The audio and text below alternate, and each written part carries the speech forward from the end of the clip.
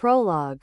The Matthews family had lived in the same small town for over 100 years. Their story began with a simple plot of land purchased by Elijah Matthews in 1892. For the sum of $400, Elijah had built the house himself, brick by brick, with help from his two brothers and his oldest son.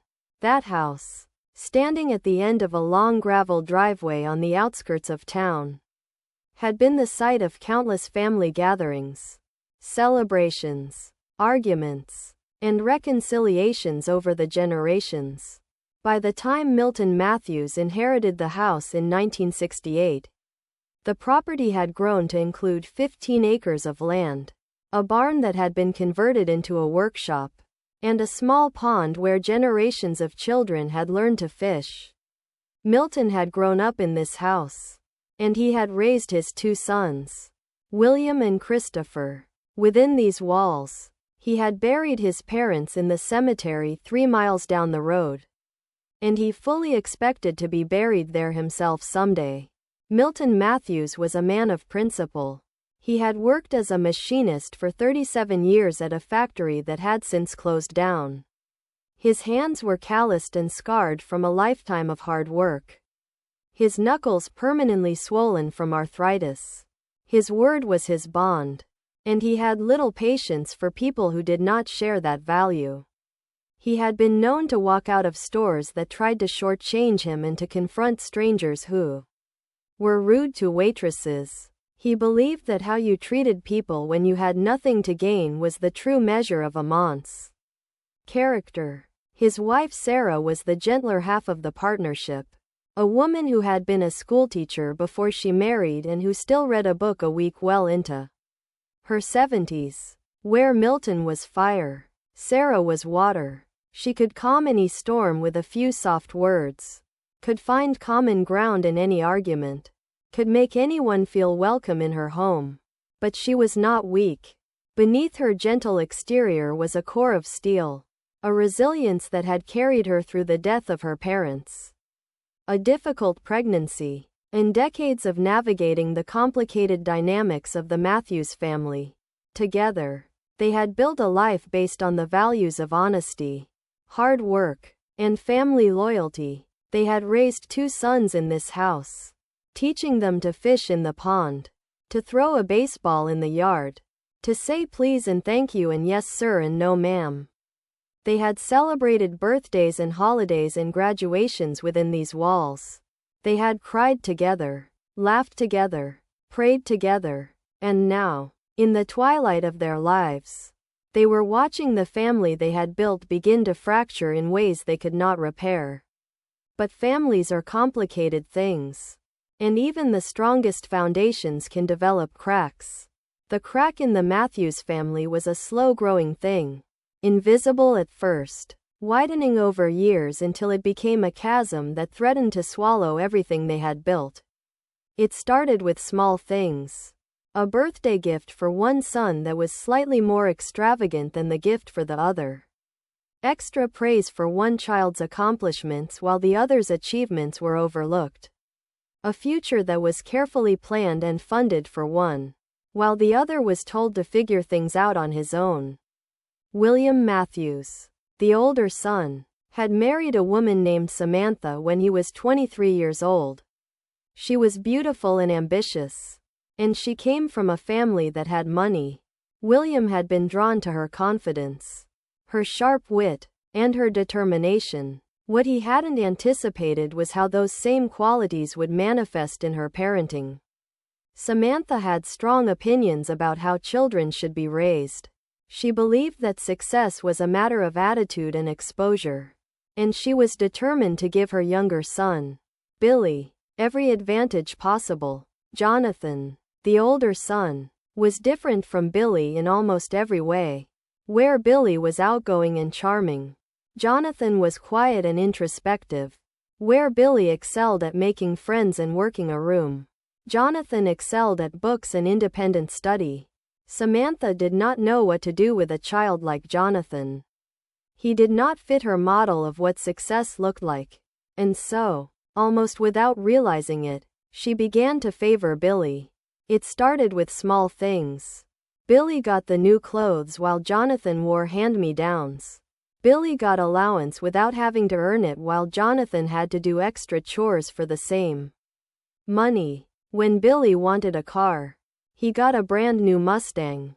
When Jonathan needed a car for his job, he was given an old Honda with 100,000 miles and told to make it last. The disparity extended beyond material things. When Billy brought home a B- on his report card, Samantha would say, "You will do better next time, sweetheart," and she would hire a tutor to help him improve.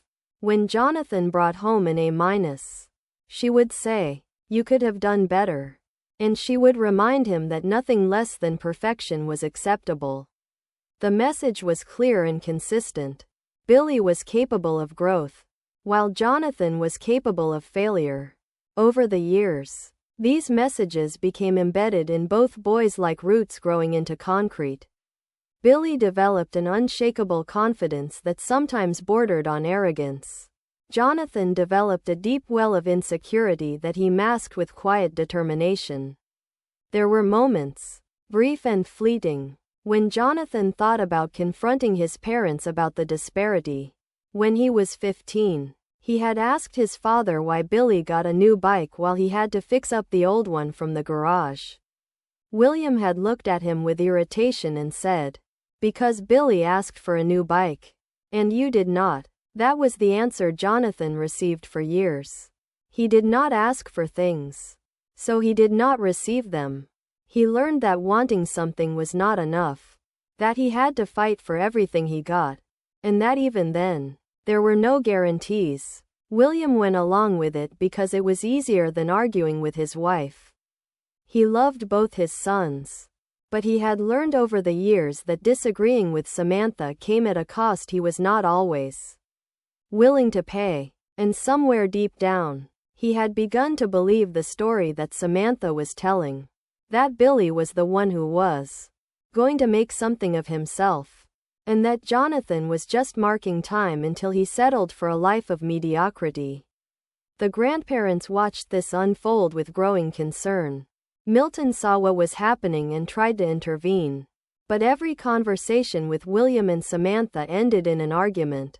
Milton would point out the unfairness, and William would accuse him of meddling. Samantha would cry and say that Milton had never approved of her, that he was looking for reasons to criticize her parenting. The arguments became predictable, scripted affairs that played out the same way every time, with no resolution and no change. Sarah tried a gentler approach, subtle suggestions and gentle nudges, but these were equally ineffective. She would mention, in passing, that Jonathan seemed down lately, and Samantha would change the subject. She would suggest that Billy might benefit from doing some chores to learn responsibility, and William would laugh and say that Billy had plenty of time to learn responsibility later. The dynamic was fixed, rigid, and impervious to intervention. Milton and Sarah talked about it often, late at night when the house was quiet and the only light came from the fireplace. Milton would pace the living room, his frustration evident in every step. Sarah would sit in her rocking chair, knitting or reading, offering her thoughts when asked. "We cannot force them to change," she said one night, her needles clicking steadily. "They have to see it for themselves." "And what if they never see it?" Milton demanded. "What if Jonathan grows up believing he is worthless? Then we make sure he knows he is not," Sarah said. "We give him the love and support that his parents will not. We are his grandparents. We can be the voice that tells him he is enough." And so they did. They called Jonathan regularly, invited him over for dinner, asked about his studies and his dreams. They attended his school events, celebrated his achievements, and comforted him in his disappointments. They became his safe harbor in a stormy sea, and Jonathan clung to them with the desperate gratitude of a drowning man finding solid ground. The favoritism continued, year after year, like a slow poison seeping into the family's bloodstream. But so did the grandparents' love. an antidote that kept Jonathan from being completely consumed by the toxicity around him. By the time Jonathan was 27 and Billy was 22, the damage was extensive. Jonathan had learned to expect nothing from his parents and to rely entirely on himself. He had built a shell around his heart, a protective barrier that kept out the worst of the pain but also made it difficult for him to trust anyone. Billy, meanwhile, had grown into a young man who had never been told no, who had never had to struggle for anything, and who had been taught to measure his worth by his achievements and his possessions. The cracks had become a chasm, and on a cool autumn evening in October, the Matthews family gathered for what would become the most important dinner in their history. Chapter 1. The Gathering. The sun was beginning to set over the Matthews property, casting long shadows across the yard. The old oak trees that lined the driveway had begun to turn, their leaves shifting from green to shades of orange and gold. A cool breeze carried the smell of wood smoke from a neighbor's chimney and the distant sound of a dog barking. It was the kind of evening that made people want to be inside, sitting by a fire, surrounded by family. Inside the house, Sarah Matthews moved through the kitchen with the practiced efficiency of a woman who had been cooking for her family for over 50 years. The roasted chicken was golden brown and perfectly seasoned. The mashed potatoes were buttery and smooth, and the green beans had been cooked with bacon the way Milton liked them. She had also made a pecan pie for dessert, because she knew it was Jonathan's favorite, and she wanted to give him something to smile about. He needs more reasons to smile, Sarah thought as she checked the temperature of the chicken. My grandson carries too much weight on his shoulders for a man his age. The front door opened, and she heard Milton's voice. There he is. There is my grandson. Sarah wiped her hands on her apron and went to the living room. Jonathan stood by the door, his face breaking into a genuine smile as his grandfather embraced him. He looked tired, Sarah noticed. His clothes were neat but worn, his shoes showing the scuffs of heavy use. But his eyes, those gentle brown eyes that reminded her so much of her own father, still held a spark of hope. Grandpa, Jonathan said, returning the hug. Grandma, you both look wonderful. Flattery will get you everywhere, Milton said, clapping him on the back. Come in, come in. Dinner is almost ready. Jonathan walked into the living room and took a moment to appreciate the familiar surroundings. The same floral wallpaper that had been there since he was a child. The same grandfather clock in the corner, ticking away the seconds with its steady rhythm. The same fireplace with the mantel full of family photographs. This house held so many memories for him. It was the only place where he had ever felt truly safe. Sarah brought him a glass of sweet tea. How are you, sweetheart? I am good, Grandma, he said, taking the glass. I got my latest pay stub today. I put most of it into my savings account. One step closer to Harvard. Sarah's heart swelled with pride. That's wonderful, Jonathan. Have you heard anything about your application yet? Not yet, he admitted. The admissions committee is reviewing applications now. I should hear back in a few months. It's going to happen, Milton said with absolute conviction. I can feel it. Jonathan smiled. I hope you're right, Grandpa. He sat down on the couch, the familiar creak of the old springs beneath him. He had spent so many hours on this couch, reading, studying, dreaming. It was where he had decided, at 16 years old, that he was going to be a judge. He had been watching a television program about the Supreme Court, and something about the way the justices spoke about the law, about justice, about fairness, had resonated deep within him. I want to help people, he had told his grandmother that night. I want to make sure that everyone gets a fair chance. And she had smiled and said, then you will, Jonathan, because you have a good heart. And a good heart always finds its way. The front door opened again, and the energy in the room changed. It was subtle, but Jonathan felt it immediately. The air seemed to grow heavier, the warmth of the room giving way to something colder. William and Samantha walked in, with Billy trailing behind them. William was wearing an expensive sports coat and carrying a bottle of wine that was probably more expensive than anything in the house. Samantha was dressed in a designer dress that was far too formal for a family dinner. Her hair perfectly curled, her makeup flawless. Billy wore a polo shirt with the collar popped and designer jeans that cost more than Jonathan's monthly rent. William shook his father's hand with a grip that was a little too firm, a little too aggressive. It was the kind of handshake that said, "I am your equal, not your child." And Milton felt the message loud and clear. He returned the grip with equal force, a silent reminder that some things did not change with age.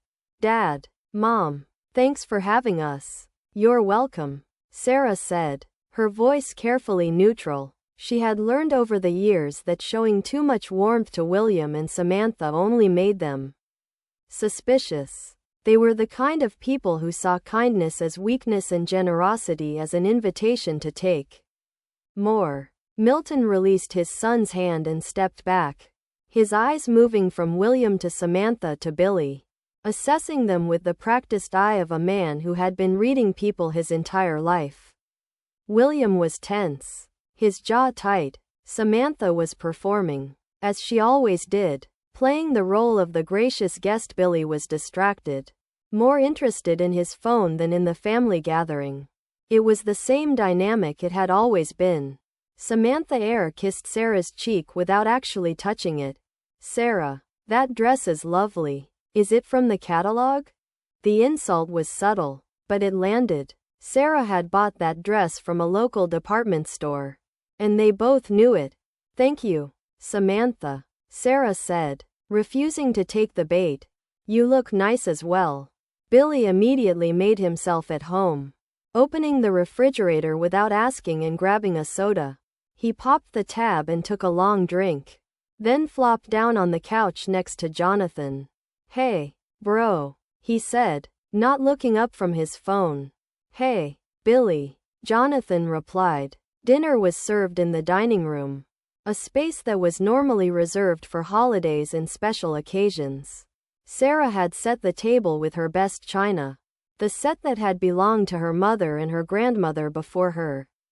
The dishes were white with delicate blue flowers painted around the edges, each piece a small work of art.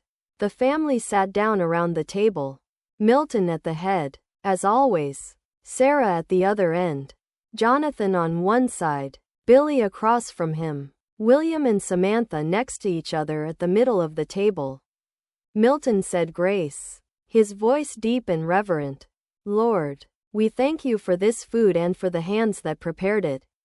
We thank you for bringing our family together tonight, and we ask that you watch over us and guide us in your ways." "Amen. Amen," the family echoed. For the first few minutes, the meal proceeded in relative peace. Forks clinked against plates, glasses were raised and lowered. The only sounds were the occasional request to pass the salt or the butter. But Jonathan knew better than to trust the silence. He had been through enough family dinners to recognize the calm before the storm. There was always a pattern. First came the small talk, the polite inquiries about work and weather and local news. Then came the pointed comments, disguised as casual observations. Then came the direct attacks, the criticisms, the comparisons, and finally, the explosion, followed by the silence, followed by the cold departure. It had happened at nearly every family gathering for as long as he could remember. He kept his head down and focused on his food, hoping that he could make it through the meal without incident. He counted the bites he took, timed his chewing, measured his sips of water. If he could just get through dinner without saying something that could be used against him, he could retreat to the living room, find a quiet corner, and survive the night. It was not to be.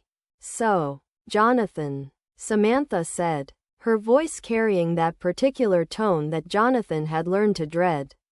The false sweetness. The hidden barb. Tell us about your job. It's fine, Mom, he said. Fine, Samantha repeated, as if the word amused her. Fine. I was telling my book club about you the other day. My son, the gas station attendant. You would not believe how they reacted.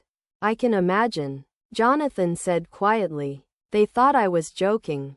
She continued. They said, Samantha, your son is working at a gas station? I said, yes. Well, we all have our paths in life. Billy's path happens to be going somewhere. Sarah set down her fork. That's enough, Samantha. I am just making conversation. Sarah, Samantha said innocently. Is that not allowed at your table? There's a difference between making conversation and being cruel. Sarah said. I am not being cruel. Samantha said. I am being honest. Is honesty not valued in this family? It depends on what you're being honest about. Milton said, his voice low. And who you're being honest at the expense of. Billy, oblivious to the tension, or perhaps choosing to ignore it, spoke up. Jonathan, have you even taken the LSAT yet? Jonathan took a breath. Yes, I took it last year. How did you do? Billy asked. I scored in the 98th percentile. The table went quiet. Billy's fork stopped halfway to his mouth.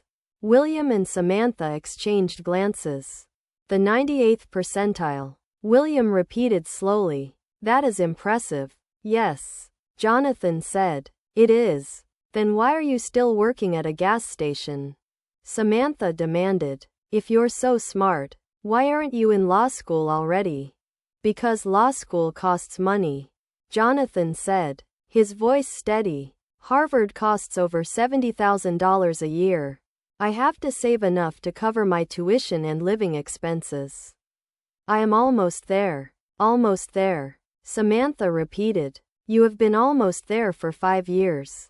I have been saving for 5 years. Jonathan corrected her. Because unlike some people, I don't have a trust fund. The words hung in the air. William slammed his hand on the table. Watch your mouth, boy. I am 27 years old. Jonathan said, meeting his father's gaze. I am not a boy. Milton stepped in before the argument could escalate further. That's enough, both of you. This is my table, and we will not turn it into a battleground. William, I want you to think about something. Your son just told you he scored in the top 2% of a test that determines admission to law school, and your reaction was not pride or congratulations. It was criticism. Do you realize how broken that is? William opened his mouth to respond, but no words came out. Samantha stood up. I think we are done here. Sit down, Samantha. Milton said. Excuse me? I said sit down. We are not done. Samantha looked at William, who looked at his plate. She sat down slowly, her face red with anger. Here's what is going to happen, Milton said, his voice carrying the weight of authority. We are going to finish this meal.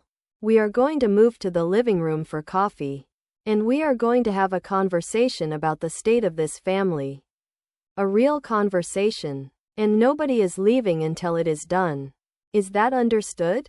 The table was silent. One by one, the family members nodded. Chapter 2. The confrontation. The fire in the fireplace crackled and popped, casting dancing shadows across the walls of the living room. Sarah had served coffee and tea, and the family had settled into their usual positions. Milton in his armchair by the fire, Sarah on the couch next to Jonathan, William and Samantha on the loveseat, Billy in the recliner with his phone in his hand. Jonathan sipped his coffee and stared into the flames, replaying the dinner conversation in his head. The sting of his mother's words still lingered, but something else was growing in its place. A quiet resolve. He was tired of being the victim in his own story. He was ready to be the hero. Sarah noticed the change in her grandson. She saw the way his jaw was set, The way his shoulders were squared. She had seen that look before. In her own father when he had decided to stand up to the men who ran the mill. In Milton when he had decided to marry her despite her parents' objections. It was the look of a man who had decided that he would rather die on his feet than live on his knees. "Are you all right, Jonathan?" she asked softly. He turned to her and smiled. A genuine smile that reached his eyes. "I am getting there, Grandma." The front door opened and Jodi walked in. Her heels clicking against the hardwood floor. She was a thin woman with sharp features, high cheekbones, and eyes that seemed to be constantly evaluating everyone around her. She carried a designer handbag that probably cost more than Jonathan's entire wardrobe. And she entered the room with the confidence of someone who believed she was doing everyone a favor. By showing up. "Sorry we are late," she announced, dropping her bag on the floor. Traffic was a nightmare. Christoper followed behind her, his shoulders slightly hunched, his eyes downcast. He was a quiet man, overshadowed by his wife in every way. He nodded at his parents and took a seat in the corner of the room, as far from the action as possible. Jodi's eyes scanned the room and landed on Jonathan. A smile spread across her face. But it was not a kind smile. Well, she said. "If it isn't the prodigal grandson. How are you, Jonathan?" "I am fine, Aunt Jodi," Jonathan said. "I heard about your LSAT score," she said, sitting down across from him. 98th percentile. "That's very impressive. For a gas station attendant." Milton's jaw tightened. "Jodi, we just finished dinner. I am just giving him a compliment." "Milton," she said innocently. "Is that not allowed? Your compliments have thorns," Milton said. "Jonathan," Jodi continued, ignoring Milton. "I have to ask, why Harvard? Why not a state school? Something more reasonable, more realistic." "Because I want the best education I can get," Jonathan said. "The best education," she repeated, as if tasting the words and finding them bitter. "And what makes you think you're good enough for the best education?" "I know I am good enough," Jonathan said. Jodi laughed. A sharp, unpleasant sound. "Confidence. I admire that, even when it's misplaced. Do you know how many people apply to Harvard Law School every year? Thousands. And how many get in? A few hundred. And you think you are going to be one of them?" "I do think that." "Yes. Then you are delusional," Jodi said flatly. "People like you don't become judges. You don't become lawyers. You become what you are now. A gas station attendant. For the rest of your life. And that's fine. The world needs gas station attendants. Not everyone can be special." Jonathan set down his coffee cup. "Aunt Jodi, I have never done anything to you. I have never insulted you. I have never disrespected you. So I have to ask, why do you feel the need to attack me?" "Attack you?" Jodi said, her eyes widening. "I am not attacking you. I am being honest. There is a difference." "Is there?" Jonathan asked. "Because it feels an awful lot like you enjoy making me feel small." Jodi leaned forward, her eyes glinting. "Maybe I do. Maybe I think you need to be brought down a peg. Maybe I think this family has spent too long coddling you, telling you you are special, when everyone else can see that you are not." Milton stood up. "Jodi, that is enough. Stay out of this." "Milton," she snapped. "This is between me and Jonathan." "No," Milton said, his voice rising. "This is between you and the entire family. You have been nothing but a source of conflict since you married my son. And I have tolerated it because Christoper loves you. But I will not tolerate you attacking my grandson in my own home." Jonathan, who had been handling the confrontation with remarkable composure, felt something shift inside him. He had spent so many years absorbing criticism and insult without pushing back. He had told himself that it was better to be the bigger person. He had told himself that responding would only make things worse. But at some point, absorbing abuse stopped being strength and started being self-destruction. He stood up slowly. You know what, Aunt Jodi? You're right about one thing. I might not get into Harvard. I might not become a judge. I might spend the rest of my life working at that gas station. But at least I will know that I tried. At least I will know that I didn't give up because someone told me I couldn't do it. Jodi opened her mouth to respond. But Jonathan was not finished. And you know what else? I feel sorry for you. I feel sorry that you have to tear other people down to feel good about yourself. I feel sorry that you married into this family and instead of becoming part of it, you positioned yourself as an enemy. And I feel sorry for Uncle Christoper. Because he has to live with someone who sees cruelty as a virtue. The room was dead silent.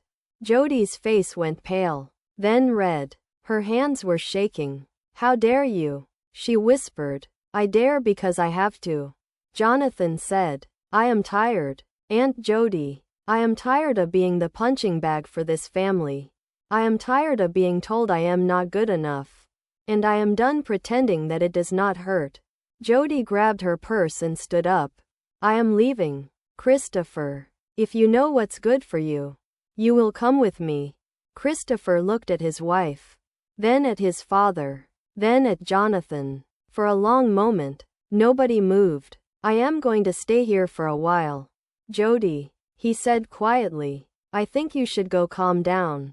Jodi stared at him as if he had just betrayed her in the worst possible way. Fine, she said, her voice cold. Fine. She walked out of the room. And a moment later, the bathroom door slammed. The silence that followed was thick and uncomfortable. Christoper stared at the floor, his hands clasped tightly in his lap. William and Samantha exchanged whispers that nobody else could hear. Billy scrolled through his phone, though his eyes were unfocused, his mind clearly elsewhere. Sarah broke the silence. More coffee. Anyone? Nobody answered. Milton stood by the fireplace, his back to the room, staring into the flames. Jonathan watched his grandfather's reflection in the dark window glass and saw a man carrying the weight of his family on his shoulders. He wanted to say something to lighten that burden, but he did not know the right words. She has always been like this, Christoper said suddenly, his voice barely above a whisper. Everyone turned to look at him. From the beginning, I thought I could change her. I thought if I loved her enough, she would soften, but she only got harder. Christoper, Milton said, turning to face his younger son. You cannot change another person. You can only change how you respond to them. I know that now, Christoper said, but I wasted 20 years learning it. You did not waste them, Sarah said, sitting down beside him. You loved her. There is never anything wrong with loving someone. The mistake is only in staying when love is not returned. Christoper looked at his mother. And for a moment, he looked like a lost child. What do I do now? Mom? Sarah took his hand. You go home. You talk to her. You see if there is anything worth saving. And if there is not, you find the strength to walk away. Your father and I will be here no matter what you decide. Chapter 3. Old Ways. The minutes ticked by in heavy silence. The fire crackled. The grandfather clock in the corner marked the passage of time with its steady tick. Tick, tick. Nobody spoke. Nobody knew what to say. Jodi was in the bathroom for nearly 20 minutes.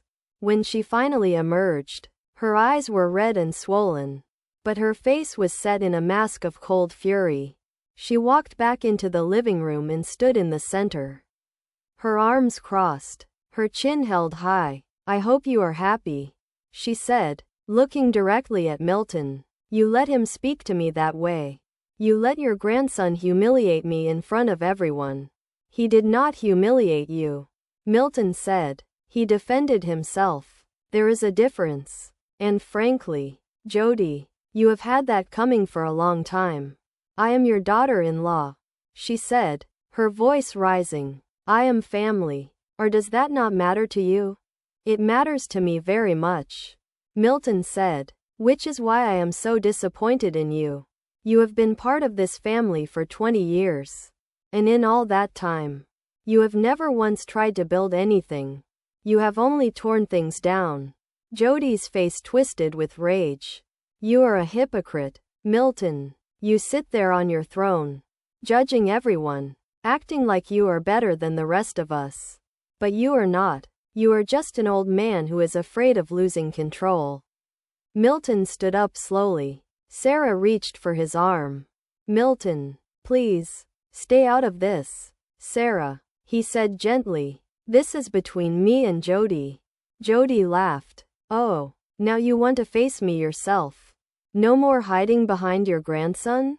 I am not hiding from anything, Milton said. I have never hidden from anything in my life. And I am not going to start now. You hit me, she said, the words hanging in the air. You actually hit me. Jonathan stood up. Grandpa, please. She is not worth it. Stay out of this. Jonathan. Jodi snapped. This is between me and your grandfather. No, Jonathan said, stepping forward. This is between you and everyone who has ever had to suffer your cruelty. And I am not going to let my grandfather throw away his legacy because you pushed him too far. Christoper stood up. Everyone, please, just stop. This is not helping anyone. Jodi, you need to leave, Milton said, his voice low and steady. Oh, I am leaving, she said, grabbing her purse. But I am not coming back. And Christoper, if you stay here, do not bother coming home. Christoper looked at his wife. The room held its breath. I am not going with you.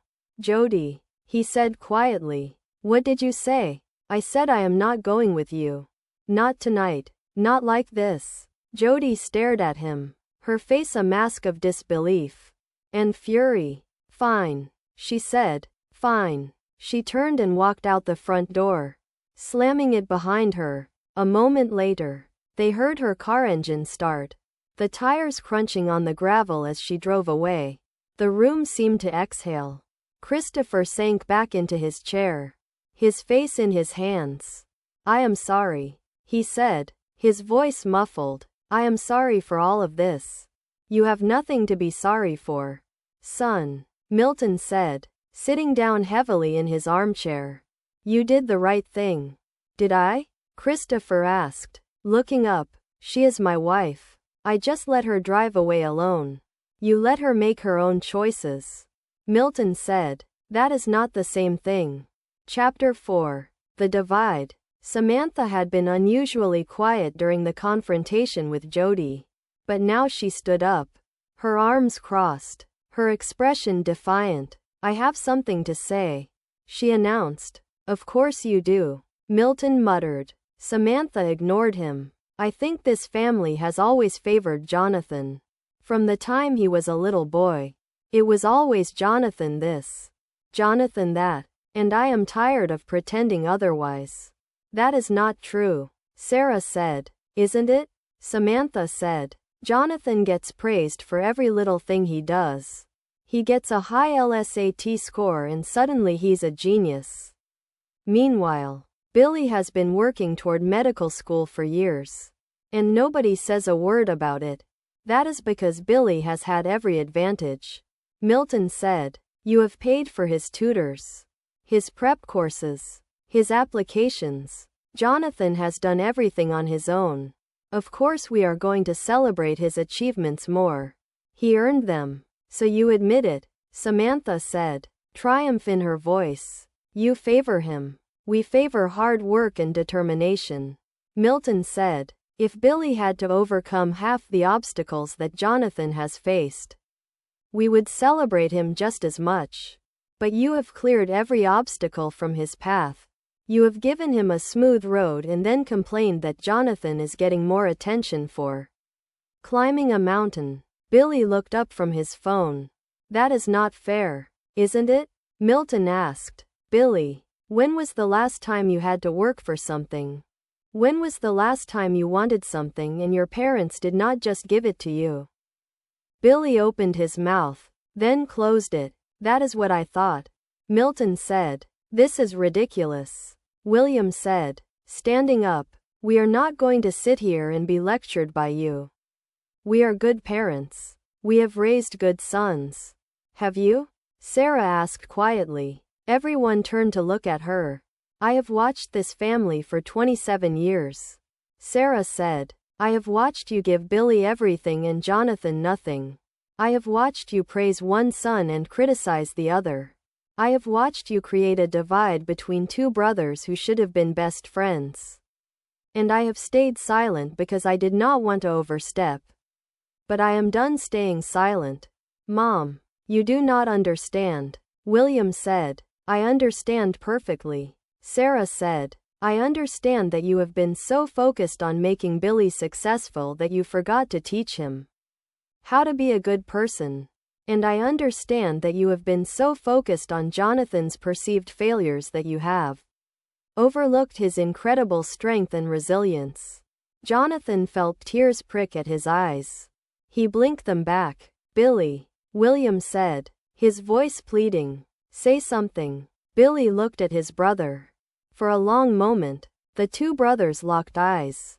And for the first time in years, Jonathan saw something in his brother's expression that he had not seen before. Uncertainty. I do not know what to say. Billy admitted. Say you are sorry. Milton said. Say you are sorry for the way you have treated your brother. I have not treated him badly. Billy said. But his voice lacked conviction. You have treated him like he was beneath you. Milton said. You have accepted your parents' favoritism without question.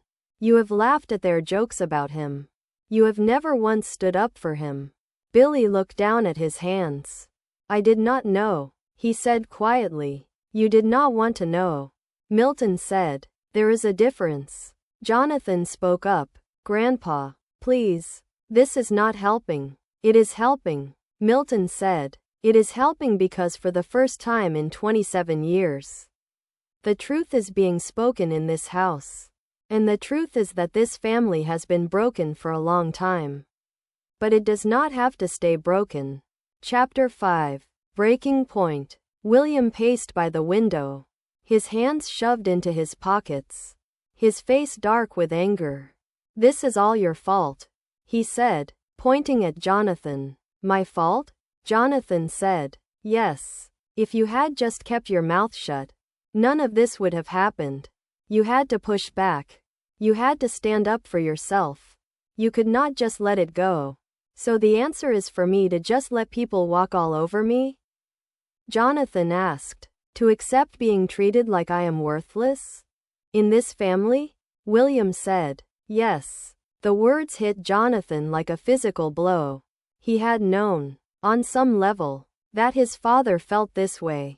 But hearing it said out loud, so plainly, so callously, was devastating. Milton stepped between them. Get out of my house. William. What? You heard me. Milton said. Get out. Take your wife and your son and leave. You cannot kick me out of my own childhood home. William said. I just did. Milton said. And I am going to make something very clear. I am removing you from my will. Everything that would have gone to you will now go to Jonathan. You cannot do that, Samantha shrieked. I can. Milton said. I have already spoken to my lawyer. The papers are drawn up and ready to be signed. You have spent 27 years treating one son like he was worthless. And I am done watching it happen. Jonathan will get everything that should have been yours. Billy stood up, his face pale. Wait, so I get nothing? You get what your parents give you. Milton said. And from what I have seen, they have given you plenty. A car, an education, a life without financial worry. You will be fine. This is not fair, Billy said. I did not do anything wrong. You stood by while your parents mistreated your brother.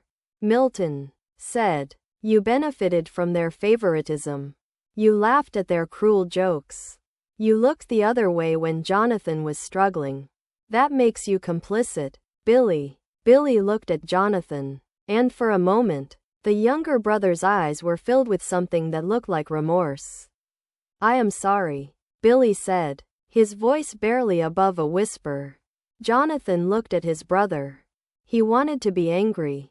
He wanted to hold on to the resentment that had sustained him for so many years.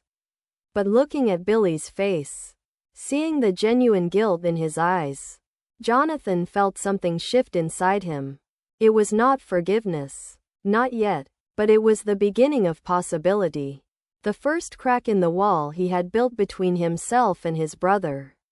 I know you are, Jonathan said. Can we talk? Billy asked. Sometime. Just the two of us. Jonathan considered the question. A part of him wanted to say no. Wanted to protect himself from further disappointment.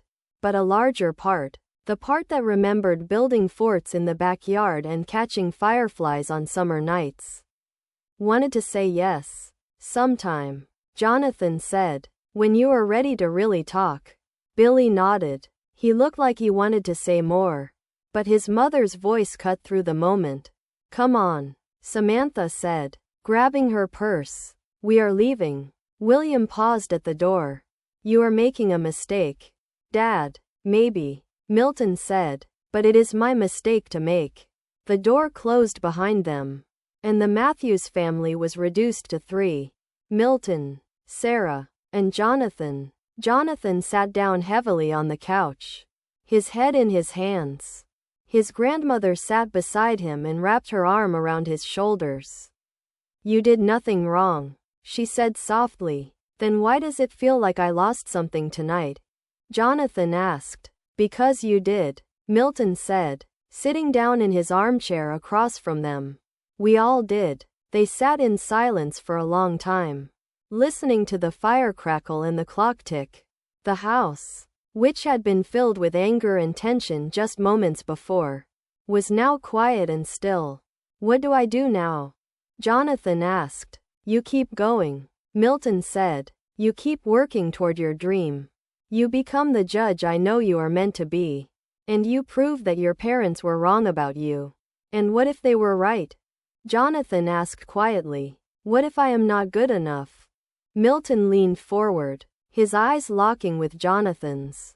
Listen to me, grandson. I have been on this earth for nearly 80 years. And I have learned a few things. One of them is that the people who love you see you more clearly than the people who do not. And I love you, Jonathan. Sarah loves you. We see you clearly. And we know that you are going to be extraordinary. Jonathan felt a tear escape and run down his cheek. He did not bother to wipe it away. Promise me, he said. Promise you what? Promise me that you will be there to see it. Milton smiled. A rare and precious thing. I promise, he said. Chapter 6. The Long Road. The years that followed were difficult. Jonathan continued working at the gas station, saving every penny he could. He took practice LSATs, studied for hours after his shifts, and worked with a tutor that his grandparents had insisted on paying for. The rejection letter came in March.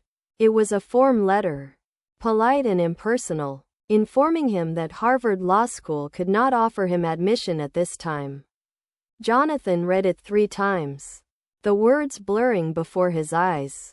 He called his grandparents. I did not get in, he said, his voice flat. There was a pause on the other end of the line. Then Milton's voice, steady and sure. Then you try again, Jonathan. Or you try somewhere else. But you do not give up. And so Jonathan did not give up. He applied to 6 other law schools. He was accepted by 3 of them, including a good school in the state capital. It was not Harvard, but it was a start. The day Jonathan left for law school, his grandparents drove him to the bus station. Sarah hugged him tightly, her eyes wet with tears. Milton shook his hand and then pulled him into a hug. Something he rarely did. Make us proud, Milton said. I will, Grandpa, Jonathan said. I promise. The 3 years of law school were grueling. Jonathan worked part-time at a library to cover his living expenses. shelving books and helping students find resources. The job paid minimum wage, but it allowed him to study during slow periods, and it gave him access to the law library after hours. He would often be the last person to leave the building, walking home through the empty campus streets under the pale glow of streetlights.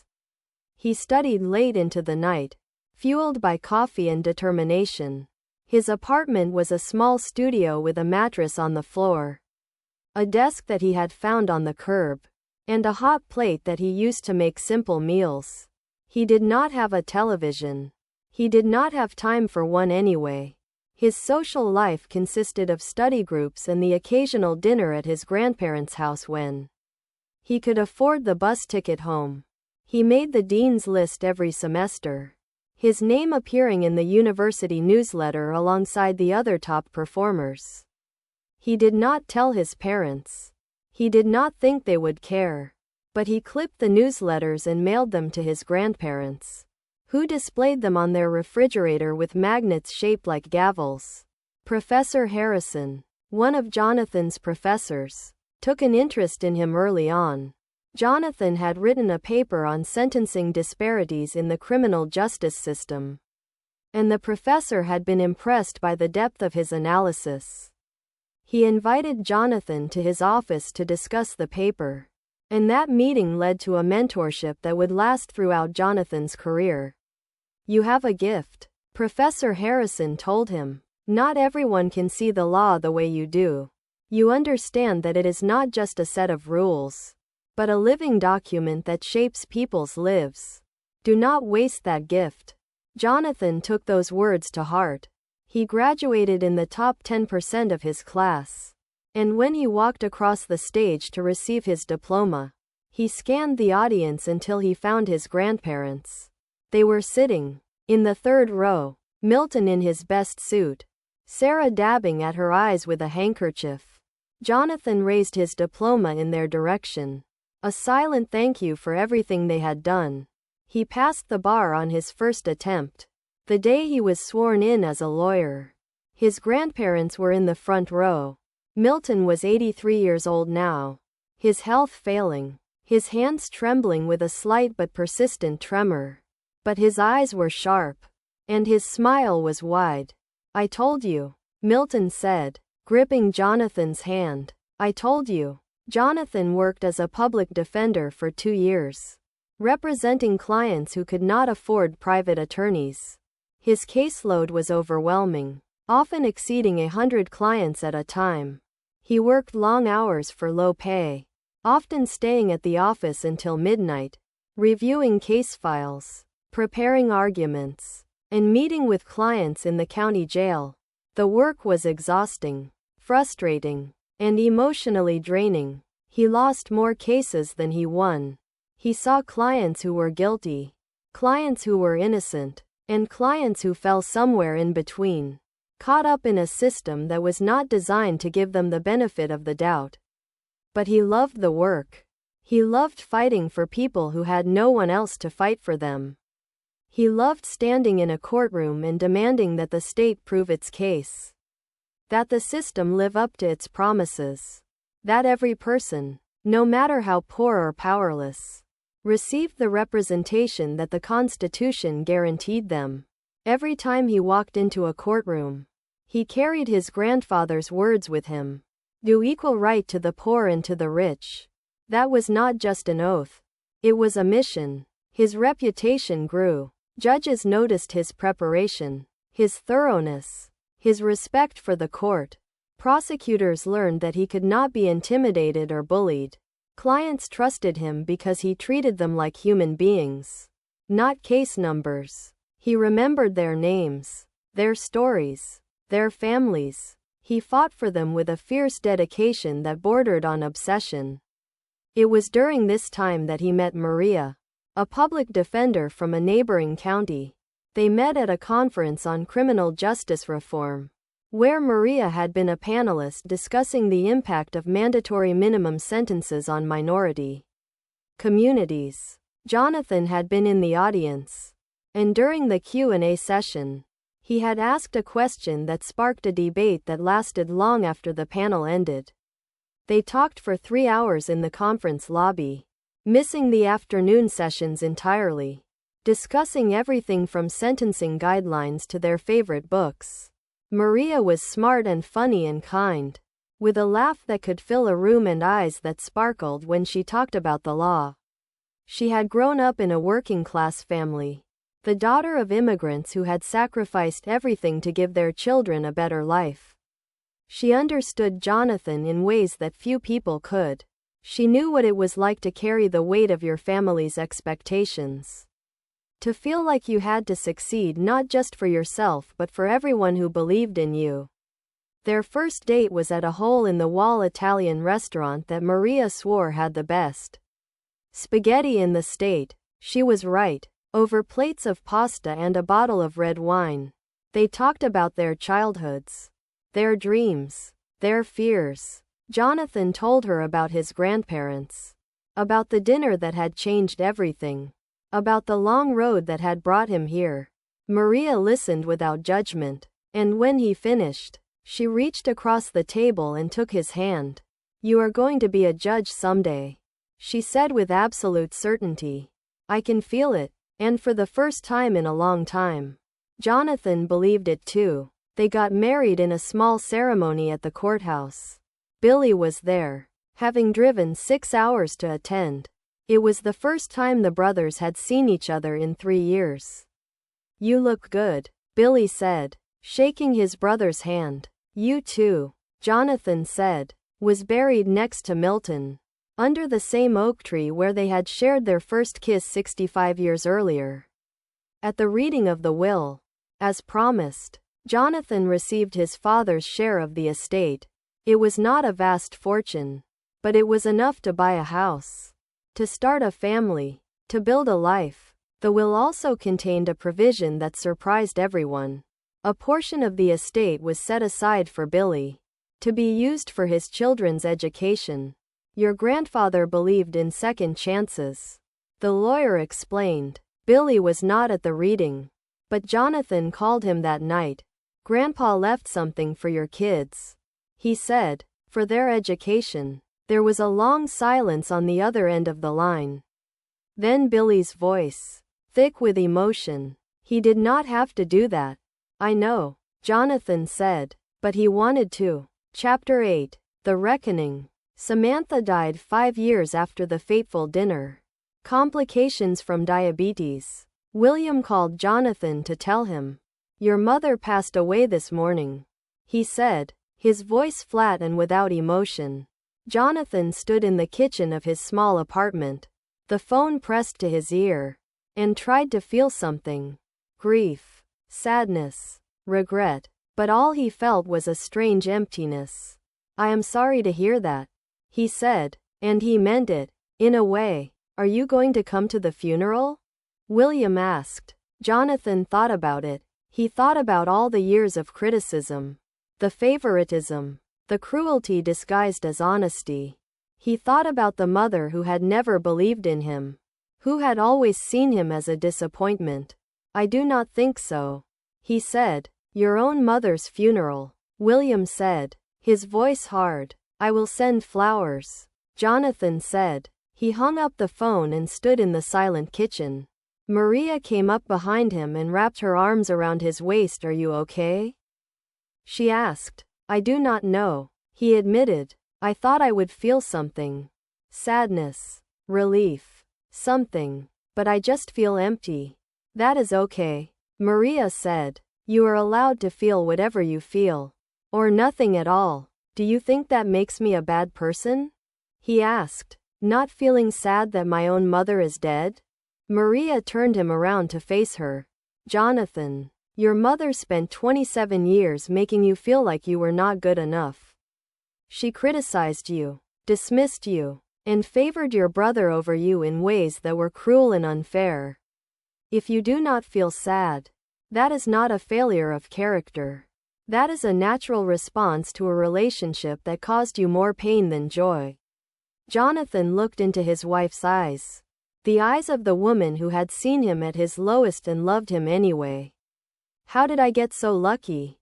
He asked. You earned it, she said. You earned every good thing that has come your way. William died 3 years later. A heart attack. This time, Jonathan did go to the funeral. He stood in the back of the church, wearing a black suit, and watched as the casket was carried down the aisle. Billy stood beside him. I do not know how to feel, Billy said. Neither do I, Jonathan said. Do you think they loved us? Jonathan considered the question carefully. He thought about his childhood, the mixed messages, the favoritism, the pain. But he also thought about the complexity of human relationships, the way that love and failure could coexist in the same heart. I think they loved us the best way they knew how, he said finally. It was not a good way, but it was their way. Is that enough? No, Jonathan said, but it is all we have. After the funeral, the brothers stood by the graveside long after everyone else had left. A cold wind blew across the cemetery, carrying the last leaves of autumn. What happens now? Billy asked. Now we live, Jonathan said. We live, and we remember, and we try to do better than they did. Billy nodded. For our kids. For our kids, Jonathan agreed. Billy walked over to his parents' headstone and placed his hand on the cold granite. You know what I realized? He said, not turning around. I spent my whole life trying to be what they wanted me to be. The perfect son, the successful doctor, the one who made them proud. And I did it. I became exactly what they wanted. And it still was not enough. Jonathan joined his brother at the grave. What do you mean? I mean, Billy said, turning to face him, that even after I got into medical school, even after I became a doctor, they still found things to criticize. They wanted me to specialize in a more prestigious field. They wanted me to make more money. There was always something else. I realized, standing here today, that nothing I ever did would have been enough for them. They were not capable of being satisfied. Jonathan looked at his brother with new respect. That is a hard thing to realize. It is, Billy agreed, but it is also freeing. Because if nothing I did was ever going to be enough for them, then I can stop trying. I can just be who I am. And that might be enough. Jonathan put his hand on Billy's shoulder. It is enough, Billy. You are enough. They stood in silence for a moment. Two brothers united in their grief and their healing. The wind picked up, rustling the leaves that still clung to the branches above them. In the distance, a church bell began to toll, marking the passing of another hour. Another day, another chapter in their lives. Do you think they are watching us? Billy asked. Mom and Dad, Grandma and Grandpa, do you think they can see us? Jonathan considered the question. I do not know, he said, but I hope so. I hope Grandpa can see this. I hope he knows that we are going to be okay. I think he knows, Billy said. I think he always knew. Chapter 9. The Bench. Jonathan Matthews was appointed as a district court judge at the age of 34. He was the youngest person to hold that position in the state's history. The appointment ceremony was held in the courthouse where he had worked as a public defender. And the room was full of people who had supported him along the way. Maria sat in the front row, their 3-month-old daughter sleeping in her arms. Billy sat next to her, his wife and 2 children beside him. Christoper sat in the second row, a quiet smile on his face. Jonathan stood at the front of the room, wearing his new judicial robes, and looked out at the people who had gathered to witness this moment. He thought about his grandparents, who had believed in him when nobody else would. He thought about the long road that had brought him here, the struggles and the triumphs, the pain and the joy. He took the oath of office, his hand on the Bible, his voice steady. I, Jonathan Matthews, do solemnly swear that I will administer justice without respect to persons, and do equal right to the poor and to the rich, and that I will faithfully and impartially discharge and perform all the duties incumbent upon me.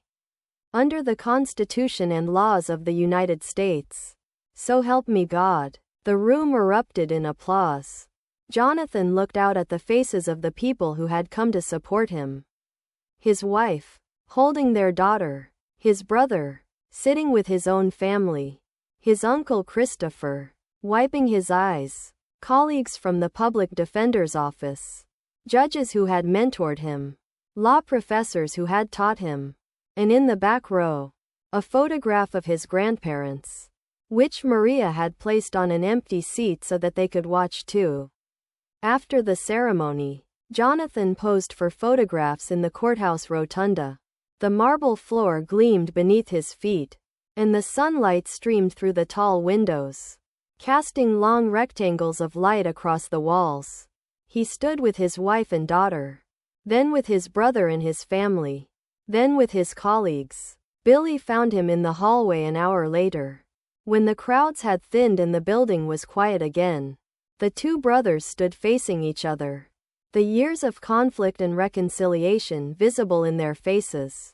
"You did it," Billy said. "You really did it." "We did it," Jonathan said. "You are a doctor. I am a judge. Grandpa and Grandma would be proud." Billy smiled, and for a moment, he looked like the little brother Jonathan remembered from childhood. Before the favoritism, before the divide, before everything. "Do you want to get coffee sometime?" Billy asked. "I think we still have a lot to talk about." Jonathan smiled. "I would like that." Jonathan and Maria had dinner with Billy and his family the following weekend.